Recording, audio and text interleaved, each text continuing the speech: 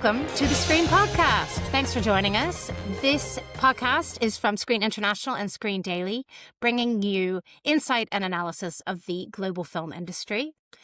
And my name is Wendy Mitchell. I'm a contributing editor at Screen, and I'm delighted to be your host. And I'm already joined by some of my favorite people. We have Editor-in-Chief Matt Mueller, Deputy Editor Louise Tutt, and Awards and Box Office Editor Charles Gant. Hello, gang. Hey, Wendy. Hey, Wendy. Hi. This episode will start with some tips for Bafta voters, especially around a few foreign language and documentary films that we think Bafta voters should watch before they vote, not necessarily the front runners. We'll also have a very quick look at the Bifas and the Gothams and what those might mean in the Bafta race and beyond. And we'll go on a world tour of recent festivals with Team Screen. We'll revisit Doha, Tokyo, and Tallinn. So, Bafta voting opens tomorrow. We thought we would each give a few personal tips for films that we think voters should have a look at before they vote. These are not the front runners. We are not talking about Hamnet and PTA again. Our self-imposed rule was that none of the picks we're going to mention today were in the list of the 50 films that everybody needs to see this award season, which you can read that full list on Screen Daily, which is a great list. But we want to give a few more left field choices. And I think we're just going to talk about films we love. What a nice treat to be able to do this. We're going to start with each picking a documentary. And as Charles mentioned on a podcast episode a few months ago, there's a new documentary voting process. So I'm hoping this year's BAFTA documentaries are going to have a sort of slightly more cinematic, more rigorous shortlist, but we'll see. So Charles, do you want to start us off with a documentary pick? Yeah, sure. I'm going to go with Motherboard, directed by Victoria Mapplbeck. Motherboard is a film where she has essentially turned the camera on herself and on her son over a period of 20 years. Victoria was a factual TV director. She then became a single mother. She realized that those two things were not going to work out for her, given the kind of hours that you work when you're making factual television. So she essentially pivoted into teaching but got frustrated by, essentially putting her career on hold, and she made this film on digital camera and then on iPhones. And it's basically, think Richard Linklater's Boyhood, the unscripted version. And it is about a boy growing up from toddlerhood, and he celebrates his 19th birthday at the end of the film, Jim, who gave his consent and is a creative consultant on the film. And I just found it very, very, very moving, very highly relatable, just such a privilege to be invited into this family. And it was at the Bifas. It was nominated in a few categories. Unlucky for Motherboard, it was up against A Want in Her, which is also a brilliant film, and it's mirrored Carlton's film, also about her own family. I recommend both films. I was genuinely torn in the voting, but I in the end, I voted for Motherboard and found myself in the minority on that. Well, Charles, I met Victoria and Jem at CPH Docs in March 2024 and did a Q&A with them for Motherboard. And I was blown away, like you. And I've just been waiting for the world to catch on. And it seems like it finally has. Those Bifa nominations, I would love to see.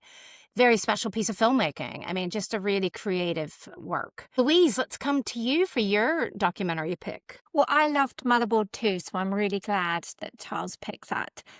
My pick is it's Kenny Dalglish by Asif Kapadia, the great Asif Kapadia, who has made these amazing cinematic profiles of Senna, of Amy, Maradona, and this is about the Scottish-born Kenny Dalglish, who was an incredible footballer growing up in the 50s in sort of sectarian Glasgow, and he signed to play for Celtic even though he was a Protestant.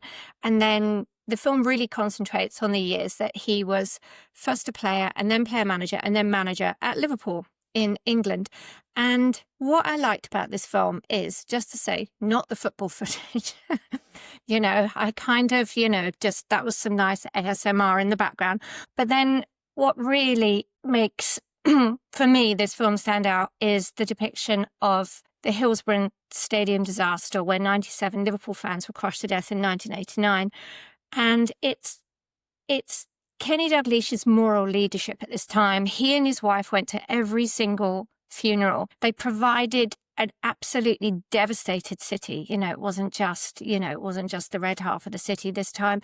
He provided them with this moral leadership. He really rose to the occasion in a way that he didn't have to, but he did. And I think at this time when we are all, maybe slightly despairing of moral leadership in society and in life, I found it very inspiring and uplifting to watch this film about a very, quite ordinary man. And I don't think it's quite the sort of cinematic masterpiece of Asif Kapadia's other films, but it is a very enriching, quite surprising to me watch. Yes, Louise, I've seen the film. It's quite moving, like you said. We both live in LFC supporting households, Louise. I think it's safe to say. But I learned some new things about Kenny from this film. And like you said, not just about football. Matt, can I come to you for your documentary pick? Yeah, sure. Well, just to say, as someone who's never watched a football match in his life, I probably will be watching Kenny Dalglish at some point. But look, my recommendation is a film called Testimony, which is a documentary about Ireland's Magdalen laundries and the years-long campaign to hold the Irish government to account for its role in those laundries and in the mother and baby homes, which, they have been well reported, well documented over the years. What this documentary looks at in particular is the campaign through the years by human rights lawyers, by survivors, by historians. Philomena Lee speaks on it. She, of course, is the woman who was played memorably by Judi Dench in Philomena. But all the people who had direct experience of these sort of terrible laundries and the sort of tragic sort of circumstances that they kind of played upon people's lives. And it's just a painstakingly thorough tracking of the timeline of all the setbacks this campaign faced along the way. Some of the stories, of course, of the harrowing experiences that people had, but also, ultimately, it's a real celebration of courage and persistence and holding powerful institutions to account. And I think that's where, it sort of finishes on quite a cathartic high. And I do guarantee a few tears at the end. So I highly recommend that one. Did have a small UK cinema release recently. I think it might even still be playing at Bertha Dockhouse. But my understanding is that even though it's got TV deals in multiple European territories and markets, it still doesn't have a UK deal. So come on, UK broadcasters, buy this film. Yeah, I do think the BFI helps support that small release, like you mentioned, in cinemas. Very powerful film. I mean, I was at a screening with some of those survivors, and I will never forget some of the things they said. And I thought I already knew the Magdalen laundries story, and this takes it to a different place. And yeah, huge recommend for me. My pick is going to be Cutting Through Rocks. And this is a pair of filmmakers, Sarah Kaki and Mohammad Reza Aini. It took them 8 years to make this film. It is set in a small village in Iran. It's about the first female counselor in the region battling the patriarchy every day. And I know all of that sounds like this film is going to be homework, even the title, Cutting Through Rocks. But this is such an amazing woman. She's, riding a motorbike. This film is so well crafted. It's very cinematic. It is hugely well edited. Of course, they had 8 years of footage. It almost plays like a thriller. And it kind of has like a plot twist towards the end. So it's just amazing. And again, this woman is a badass. Do not think it sounds like boring homework. It's won prizes at Sundance, at IDFA, at Visions du Real, at Doc Leipzig. I went to one very small London screening, and people wanted to stay for an hour after they see this film. So yes, it sounds like it might be tough work. It is just vital watching, and it's just exciting filmmaking and beautiful filmmaking. And it really, I wish more people had seen it on the big screen, but do catch it on BAFTA View. Now on to a film not in the English language, which is the way that BAFTA calls it. And just to remind people, these don't have to be, it's not the same as a country submits it to the Oscar race. BAFTA's a bit different, but we're each going to pick a non-English language film. And Charles, I'm going to come back around, start with you. Well, I've slightly rebelled, Wendy, because I've picked a film that is submitted by Switzerland to the Oscars in the international feature category, and Great. it was released. It's Late Shift, directed by Petra Volpe, which is a brilliant film. Stars Leonie Benesch as a nurse on a rather busy late shift in a Swiss public hospital. And the camera just stays with her. And she is one of my favourite actors in the world working right now.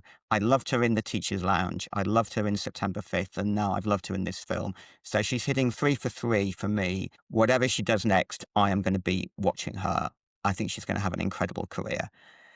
This film is fantastic. It came out in the UK in August via Vertigo. Vertigo have not submitted it for the BAFTA Film Awards because there's a cost to doing that. And I'm guessing their estimation is, well, we've had our theatrical box office. If we get a nomination, which frankly is going to be quite hard to achieve, we're not really going to see an upside.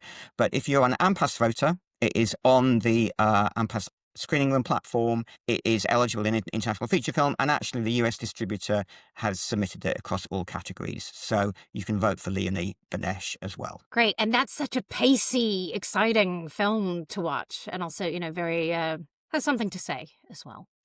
Louise, let's come to you for your foreign pick.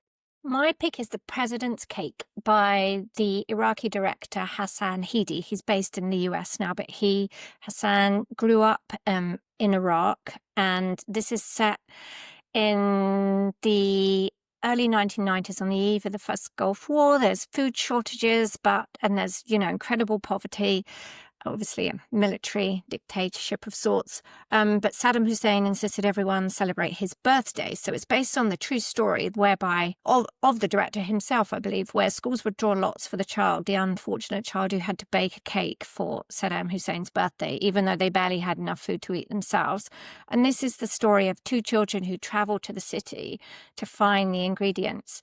The film debuted, director's fortnight at Cannes earlier this year. And I'm surprised it isn't making a little bit more waves in talk of awards. Curzon has it in the UK, and it has been entered for the BAFTAs. I found it incredibly moving and incredibly interesting. I've never seen Iraq on film, and the bit of Iraq it's set in southern Iraq, and the children are incredible, incredible child actors, of course, and it's really dark, it's really sinister, it's not, it's not a charming, I'm sorry, I don't think it's a charming film. I find, there's this air of menace over it the whole time, but the children bring this lightness and this sweetness, and it's just completely, and there is this, there's beauty in the settings and everything else, but I was just absolutely transfixed. I loved it. Highly recommend. That's one people keep telling me about, and I still have to catch.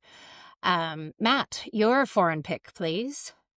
I just want to also advocate for The President's Cake. I mean, like Louise, I saw that actually in the run-up to Canada because we were doing a feature on the film, and it really surprised me. And I'm also surprised, like Louise says, that it's not getting more traction, because everything she said about it is true. I do advocate that people watch that on BAFTA View. And I'm very sad to hear about Late Shift. I was really looking forward to watching that. And so it's sad to hear that I've already missed my chance, but I'm sure I'll get a chance at some point to watch it on the streaming or whatever.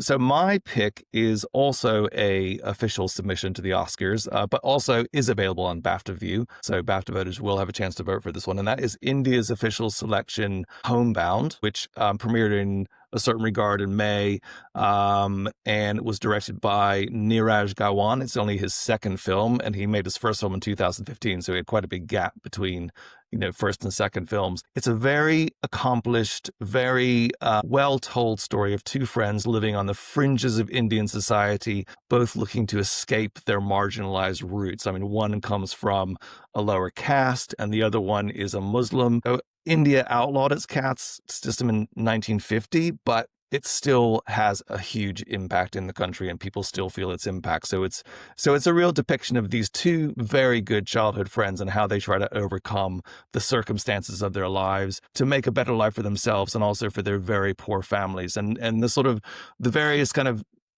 I would say, I mean, set pieces sounds like an awful way to put it because it's not like an action film or anything, but there are some really well staged sequences in the film. It's a really beautifully told story that obviously has a slightly tragic twist to it. And it's not, I would say it's not subtle in the way that maybe sort of Indian storytelling isn't always subtle, but it is hugely empathetic and it paints a really vivid portrait of modern day India, including how the pandemic and COVID lockdowns impacted the population. And that kind of comes in the sort of final third and does have some tragic kind of impacts, but it's not all harrowing either. There's plenty of light moments. There's plenty of humor between the two friends played by actors Ishan Khatter and Vishal Jethway. And don't just take my word for it. Martin Scorsese came on board as an exec producer right before Cannes. So, you know, that man knows good cinema when he sees it. So I do recommend people watch Homebound. I think it's a very rewarding watch. Thanks, Matt. Homebound is also another one on my list to watch. My pick is Left-Handed Girl, which is Taiwan's entry into the international Oscar race. It is eligible for BAFTA. It's just such a moving but also funny story about a mother and her daughters moving back to Taipei, family story. And I just thought it had such a great tone to it, a warmth, an ease. It's got a real light touch of the direction, which is by She Ching-so. Yeah, and it just feels so alive watching this film. You just feel like you're in Taipei for a little while. Should mention that Shi Cheng is a frequent collaborator with Sean Baker, so he co-writes and edits and is one of the producers of the film, also produced by our friend Mike Goodridge at Good Chaos.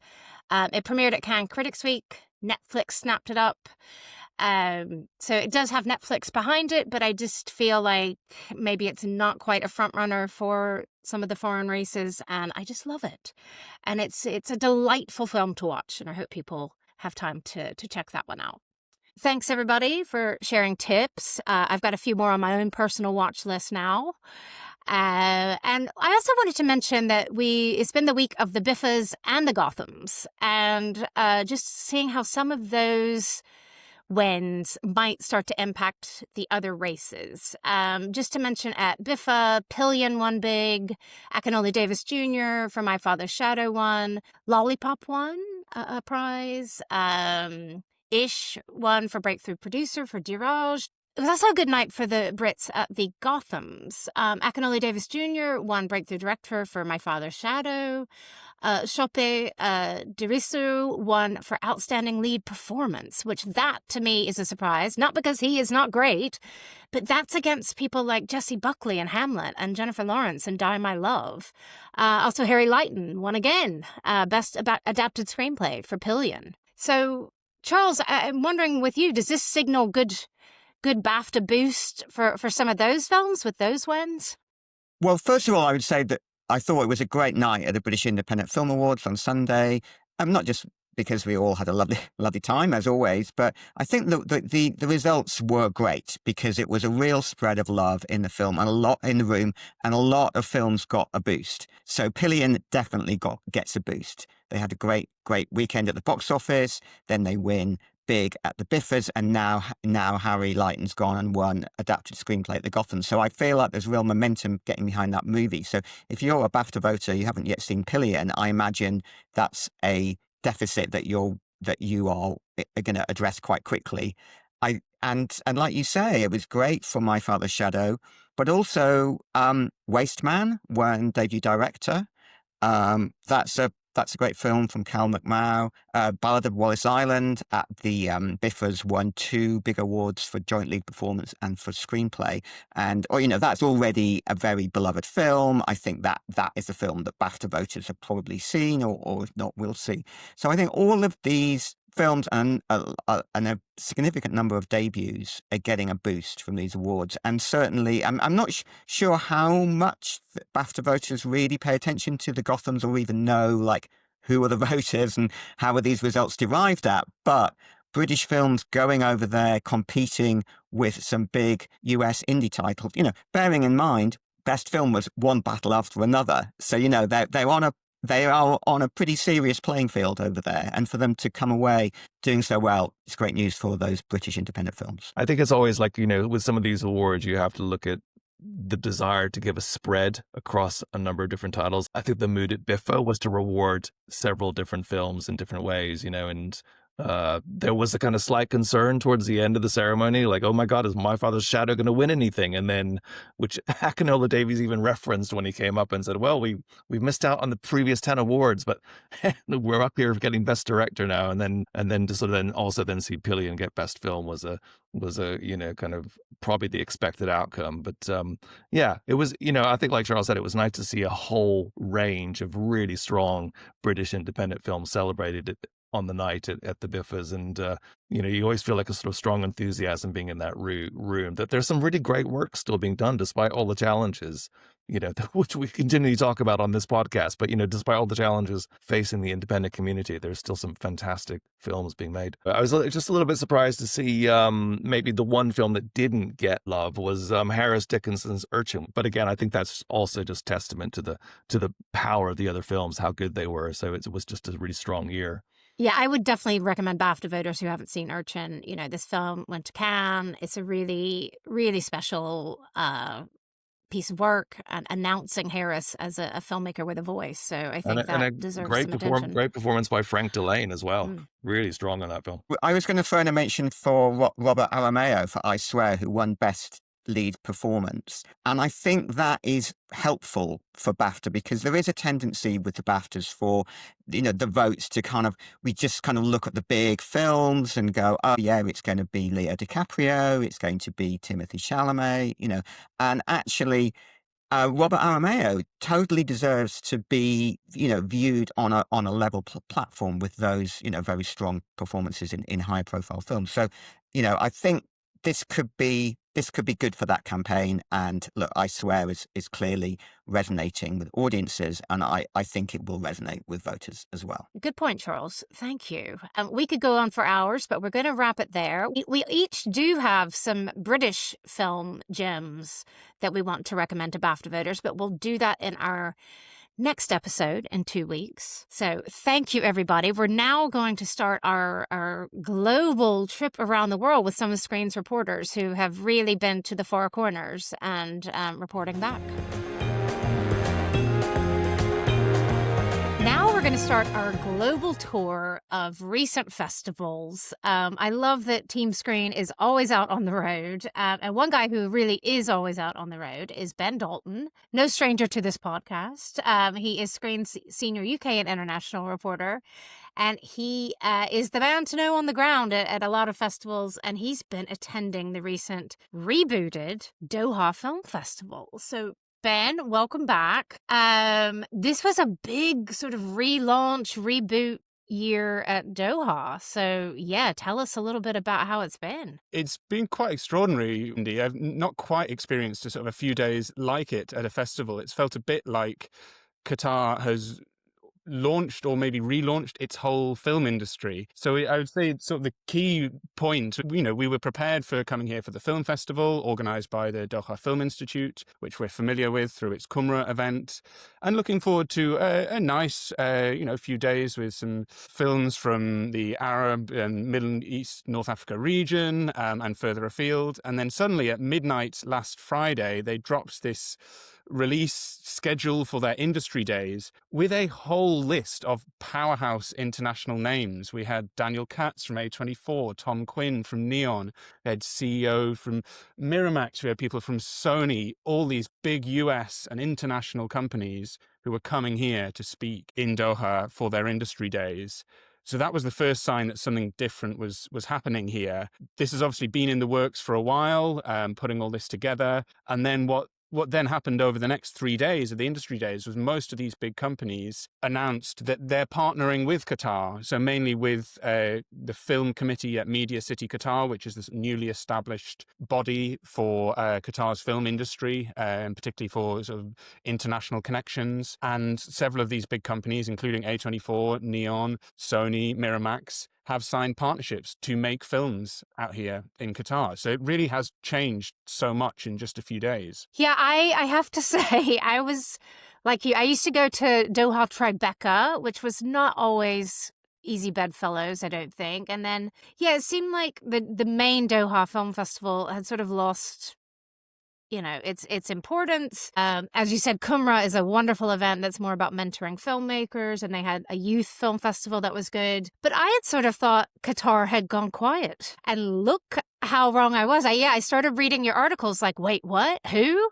Neon? A24? Barbara Broccoli, which you might come on to. It really has got a lot of people's attention all of a sudden. And like you said, I'm sure a lot of this has been brewing for months and years, and I just felt so clueless. I didn't know all this was coming, but it's been remarkable to see.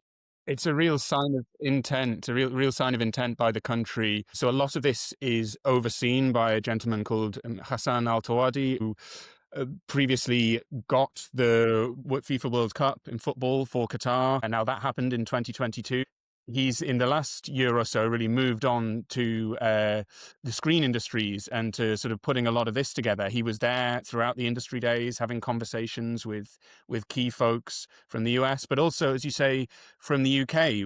There's going to be a new version of Othello, produced by Barbara Broccoli's Eon Productions, a UK company, with Nikki Bentham, who's also producing with Barbara. And so this is for David Oyelowo to direct and star in. And Cynthia Erivo, hot off of Wicked, and Rachel Brosnahan from Superman.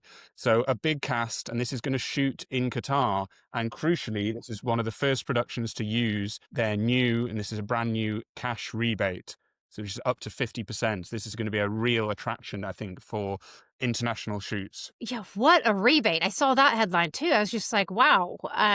Ben, you've had a very busy week. If you thought you were just going to catch a few films and get some sunshine, no, they had other plans. So, Company 3, I think, a post-production company announced some news. Is that right? Yes, absolutely. And this is a sign of this Qatar looking to create sort of holistic, all-together package. This isn't just bringing in shoots, but also Company 3, which is a VFX post-production company that works on the recent Wicked films, Stranger Things. It really is the leader in the industry, or a leader in the industry.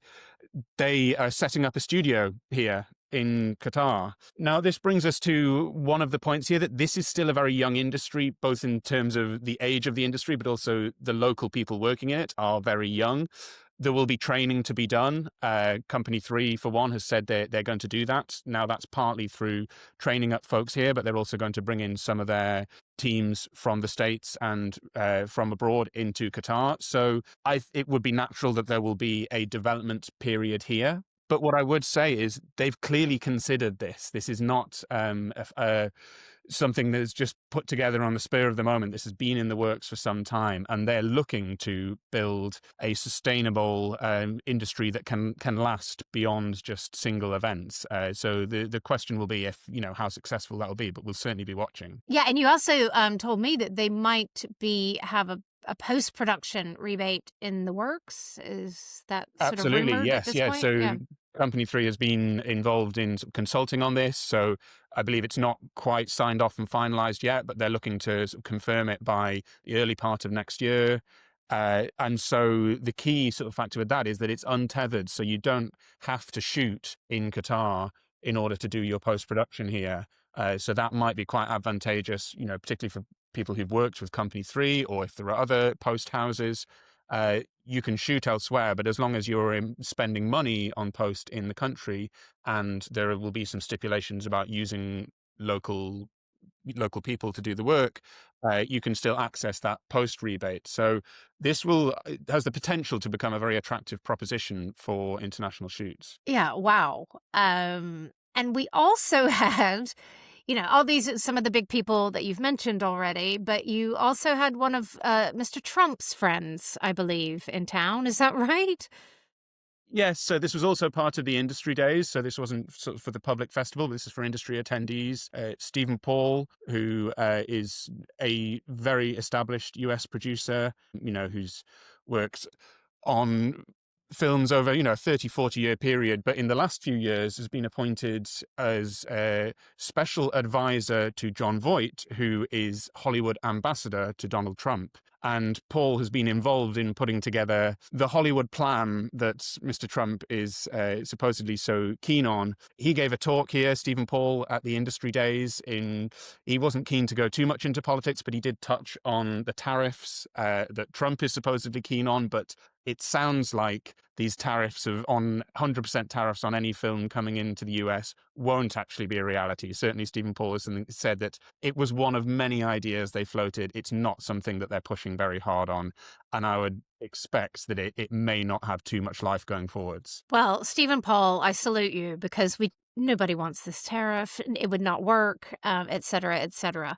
Ben, you just mentioned a lot of this has been on the industry side, but there was also a public film festival happening, and maybe you can give us a few highlights from that, and were the screenings well attended? Absolutely. It's super interesting to start a film festival anew. There've been, like you said, events held in Doha and in Qatar before, but really this feels like the most prominent sort of refresh of that. So the festival opened with Kauthar Benhanya's The Voice of Hind Rajab, which played first in Venice to, an incredible reaction, and has since played and had, similar reactions at other festivals. But this is the first festival in the Arab world where it's played. And so I spoke to Kauthar a couple of days ago about her sort of feelings about that.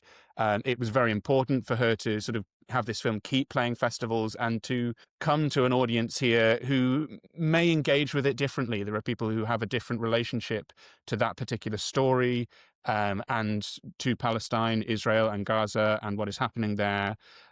She also had her whole team out here. So we had, producers Odessa Ray and Adim Chekrua, the whole cast, and the people on whom the film is based, the real people whose stories it's telling, including the mother of the young girl killed in the situation. They were all here. So they're clearly keen to use this festival to represent their story. We also had the first ever Qatari thriller in a completely different sector. This is called Saud Waina.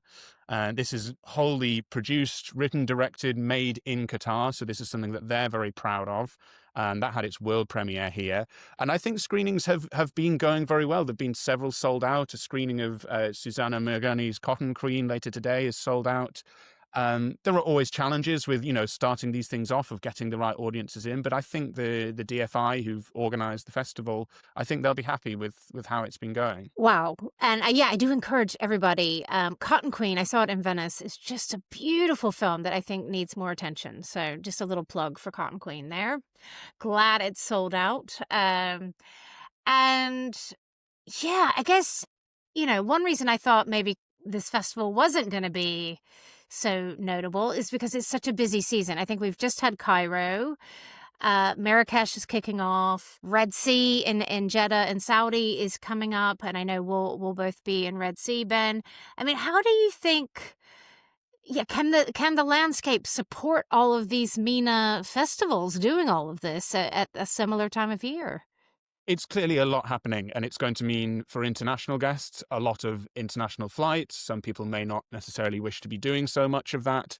So there's a challenge there for Doha Film Festival, as for the others, to build an audience, to get people coming back once, but also twice and time again. We're in the first year here at Doha. All I could say so far is I think they'll be very content with how it's gone. I think those busy industry days played a key part in representing the festival, getting the news out there, getting headlines about it. They've gone. There were some accomplished names here, but they've taken a slightly different tack from Red Sea, which has really brought in big Hollywood A-list stars to represent their festival. That's not been the tack here so much. But what I would say about Doha is that everything has run incredibly smoothly, which isn't always the case with new events and not always the case with events in this region. Really, to their credit, everything has run to time. Guests have been very well looked after. Screenings seem to have run professionally with Q&As.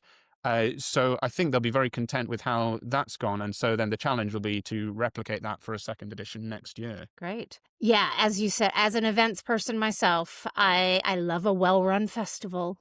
So hats off to the whole team at Doha Film Festival. And thank you, Ben, for being here to tell us. I mean, I was expecting you maybe not to have a ton to talk about, but when I started these headlines coming in, I was like, wow, Qatar is firmly back on the map. I mean, we should say the Doha Film Institute has been backing world cinema projects, all these years in an amazing way. But yeah, these big U.S. names, these big partnerships, it's a territory we need to pay a closer attention to, I think. Right, Ben? Watch this space, absolutely. I think, there'll be lots to come next year, potentially new films, new companies coming in. And so, yeah, I would recommend that people keep an eye on Qatar and everything that the DFI is doing. Great. Thank you, Ben, for joining us. We'll see you further down the road. Our next stop on our world tour is going to be in Japan. We are talking to Mike Rosser, who is Screen's Asia and Middle East editor.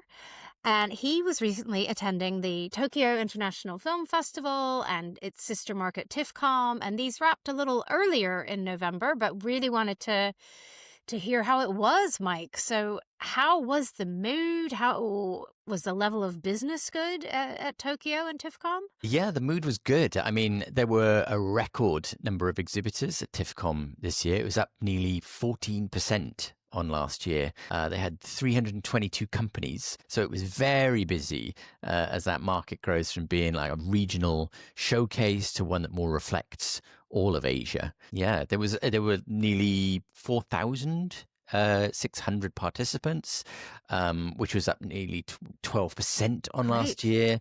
And 40% of those were from outside of Japan. So yeah. Great mix. What do you think what was being talked about at the festival, at the market, tells us about what's going on in Japan right now, both from the international perspective or the local industry? So from a local perspective, it was about IP. Japanese producers have this absolute goldmine of IP that is making huge amounts of money around the world. It's like just taking anime that made more than $25 billion globally for Japan last year. And with animation features like Demon Slayer doing massive box office right now, there's just absolutely no sign of that slowing down. From outside of Japan, what we're seeing is co-production becoming increasingly more attractive to international producers. Because Japan has, for so many years, it's just been this traditionally very insular country and market, but it's just opening up more and more. And this year's TIFCOM definitely reflected that. There was one keynote speech from Sony Pictures International Productions where they revealed that they were starting to look at anime movies to adapt as live action features. That was actually one of their missions at TIFCOM this year. So yeah, more international co-productions for sure. Great. I mean, it's already a huge market, but like you said, it has felt like it's kind of on its own in terms of what they were producing and where it was traveling. And that is no longer the case. I mean, for sure. Wow, so much big stuff this year from Japan.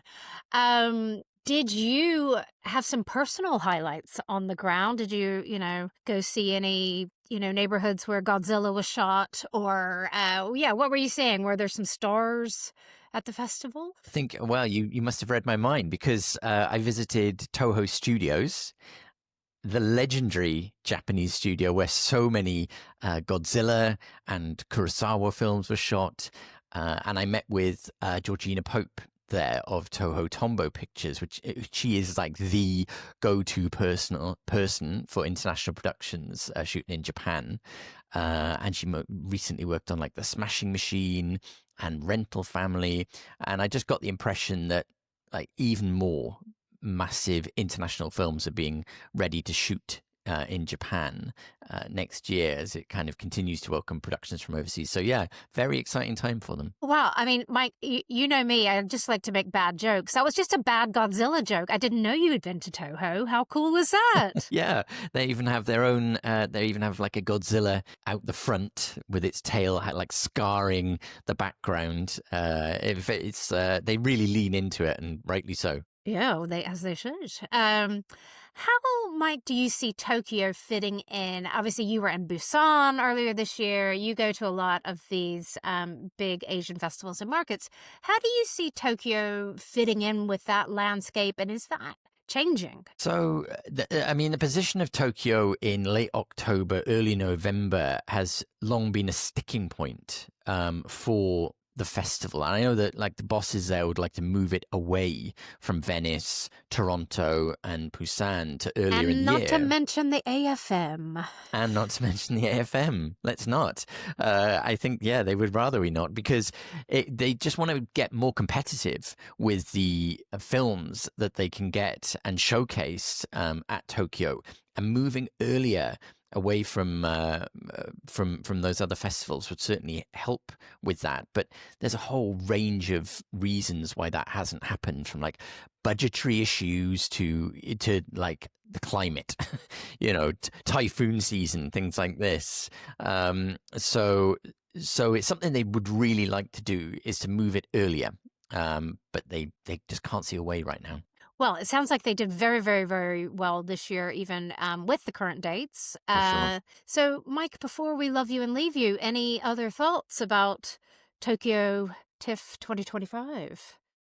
Well, something that was announced during the festival was that Japan will be the country of honor at the market in Cannes next year. So that's going to be a huge deal as it continues to kind of encourage more international co-productions and put like an even bigger spotlight on films from Japan. So that's going to be a huge focus for them in the next 5 months. So yeah, it's 6 months even. So yeah, it's that was a big thing. Yeah. Okay. Well, Mike, I'm not ready to think about Cannes yet. I think I'm going to be seeing you at the Red Sea Film Festival in Jeddah first. So we'll talk there. But thank you for joining us. I know it was short and sweet, but really interesting to hear your experience in Tokyo this year. Anytime. The final stop on our festival tour is in Tallinn. Because Screens reporter Ellie Calnan, long-suffering podcast editor, is now coming back to talk to us on audio, on video, in her role as a reporter going to Tallinn, Tallinn Black Nights. So, Ellie, it was your first time going, is that right? It was, yeah. I was subbing in for Ben, who you spoke to recently. He's normally the Tallinn aficionado, so I sort of took the reins over for the first time. Yeah. It was your first time visiting, so what was your first impressions about the festival overall? It was really well organised. I've been to some other festivals that definitely don't match that organisation. I'll say that. But the majority of the industry programme, I think almost all of it, is held in one place in the Nordic Forum Hotel, which very conveniently was where I was also staying. So it just made it, just everything ran so smoothly. Everything was really conveniently located, and it also just sort of created this great hub vibe. You were always bumping into people in the lobby. People were taking meetings in the hotel bar. There was even a pool and sauna. You might happen to bump into a few fellow industry guests at. So it felt really confined in that way. And also just, I never had to question where anything was being held, what time anything was at. All of the industry panels and talks that I attended at least ran very on time. It was busy, but it never felt overcrowded. I know that that's something Margie, who runs the industry program, really cares about. She's not interested in growing numbers and more every year, because she knows, I think it's around 800 people in the industry attend. And that's sort of the sweet spot where you get a real busyness. People, those panels and talks, they're always packed, but you're not standing, you're not queuing to get into places. It was a real sort of sweet spot that she hit there. And yeah, it was just really easy to navigate, no stresses. And it's just a really nice city. I don't know if you've ever been, but... Oh, I've been. And they call it Black Nights for a reason. It's quite dark. It's quite cold. But you're right. I love that sort of, you mentioned that sweet spot. I think it is... There's a lot of good, important industry people there, but it feels intimate. And you do feel like you're bumping into people. You can find people. I love that vibe, that size of a festival. Yeah, and no hierarchy. You never felt like there was someone who had a better pass than you or had better access than you, or, you weren't, there wasn't a party that you're thinking, why haven't I been invited to that? It felt very, everyone was on the same level, which I really enjoyed after hours of queuing up for various can. I was going to say, can take note. Yes. Yeah, what do you say were some of the highlights that you saw at some of those industry sessions? Because they have so much going on. There's like projects being pitched. There's, they're looking at TV, they're looking at film, they're looking at all kinds of industry stuff. So what were some of your highlights? So like you said, the industry program, it's kind of split. I think the first few days are short films, then it's TV, and then it's feature films at the end, which obviously is sort of, as you can imagine, Screen's main focus. But there was lots to see in those few days. There was the inevitable AI panel. Of course. Every festival has to have one. But this one was interesting because it definitely focused less on the debate around whether we should or shouldn't use AI or what the concerns or ethics are. It was really about the practical application of AI. And you had 4, 5 different speakers speaking about is how I use AI in real time to improve my workload, my workflow. And actually, it's really interesting. There's a screenwriter, I believe her name was Katri Maninin, and she said this great line that she uses AI for everything but writing. And I think that's a really great way to kind of look at, how AI sort of helps with all the sort of the less creative side. Exactly. Or it helps creatives do the most creative work because they can get some other stuff done with AI. Yeah. So mundane stuff. She said how she used it to, she would talk out loud and it would take notes for her when she was kind of brainstorming. It would do synopsis writing for her, which I thought was like a really valuable thing for people who want to send treatments and pictures to people. It would help write synopsises and it would do research for her, and it would give her, I think she's used the word unblinded feedback, where it could feedback on your writing without any sort of nervousness about being judged or hurting your feelings and things like that. And that was very And you don't have that sort of personal bias, I guess, in there to flatter somebody. She's getting it straight from the AI. Yeah, exactly. So that was something that really stood out to me. And I think, obviously, I'm not a screenwriter, I'm not a producer, but I imagine if I was, I think that was very helpful. Another panel to sort of shout out was, and it was the final thing to end the industry program, was about filming in Ukraine in 2026, where the Ukrainian State Film Agency, the head, Andrei Osipov, actually announced Ukraine's first ever cash rebate for international productions, which I believe is 25% plus 5% if your film highlights Ukrainian culture in some capacity. Amazing. And he also announced a €50 million cultural fund, which is not just for films, it's for theatre and books and arts and things like that. I mean, now obviously there is still an ongoing war in Ukraine, and there is a lot of issues around production because of that reason. Things like blackouts and, air raids and sirens and whatnot, and obviously a lot of fear, I imagine. But I think they seemed very serious about getting international productions coming over to the country next year, and maybe that's a hopeful sign that, things will improve. But, they want to be treated on level playing field with the rest of Europe in terms of being a viable international co-producer. So I thought that was really fascinating to hear.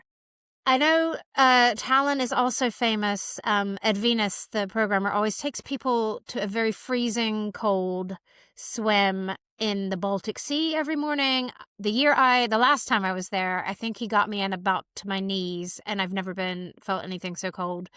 I think you had a cold though, so you didn't do that, did you, Ellie? Sadly, no, but I'm not sure I would have braved it anyhow. But it was a real talking point. Every sort of meeting I had, almost every meeting I had, there would be the inevitable question, are you doing the Baltic Sea swim? Are you going to go? So I've heard amazing things about it, and it seems to be a real touchstone of the festival and a genuine place to network. I spoke to one producer who said he met a director there a few years ago, and they ended up working on a film together. And that was the first place that they had met, was on this freezing cold swim in the Baltic Sea with a sauna. Obviously, that's the big appeal. You get in a sauna after. So it seems like a genuine. Obviously, it's like a fun experience and a tradition, but it seems like a genuine part of the festival. But there was lots of other things. They organised walking tours every day of the city, which I went on, and I thought that was really nice because it's, such a gorgeous medieval old town. There's plenty of karaoke bars. That's a big part of their culture. And I'm not ashamed to say I dabbled in a few karaoke sessions. What is your go-to karaoke song? Hero by Enrique Iglesias. Oh, wow. Quite Yeah. serious. I'm more of a sort of like a virgin person myself, but nobody needs to hear that. Any other lasting impressions of your time at Tallinn this year? I mean, you probably don't have much time to see films, but I know Wendy Ide wrote some good favorable reviews for some of the films at Tallinn. Yeah, I know Wendy was very keen on The Good Daughter. She'd said that to me before, and that ended up winning the I think they call it the Grand Prix at Tallinn. You know, there's a bit of a general consensus that was a really strong film. I had a couple of people mention Happy Birthday, which actually premiered in Tribeca. It's an Egyptian coming-of-age film, which is Egypt's entry for Best International Feature. Great. Well, Ellie, thank you for telling us about Tallinn 2025. I think at Venus, if you're there and you're fully well next year, he's going to get you in the sea. So just get ready. Thanks, Wendy. Thanks for tuning in to this episode of the Screen Podcast. Please do subscribe, review us wherever you get your podcasts. That really helps. We'll be back in 2 weeks, and we held back on some of our favorite British films. So for the Bafta voters, we'll definitely be talking about those in that episode. Thanks to the whole team at Screen who helps put this podcast together, especially our very patient editor, Ellie Calnan, the web editor, Orlando Parfit. And yeah, once again, thanks for tuning in, and we'll see you soon.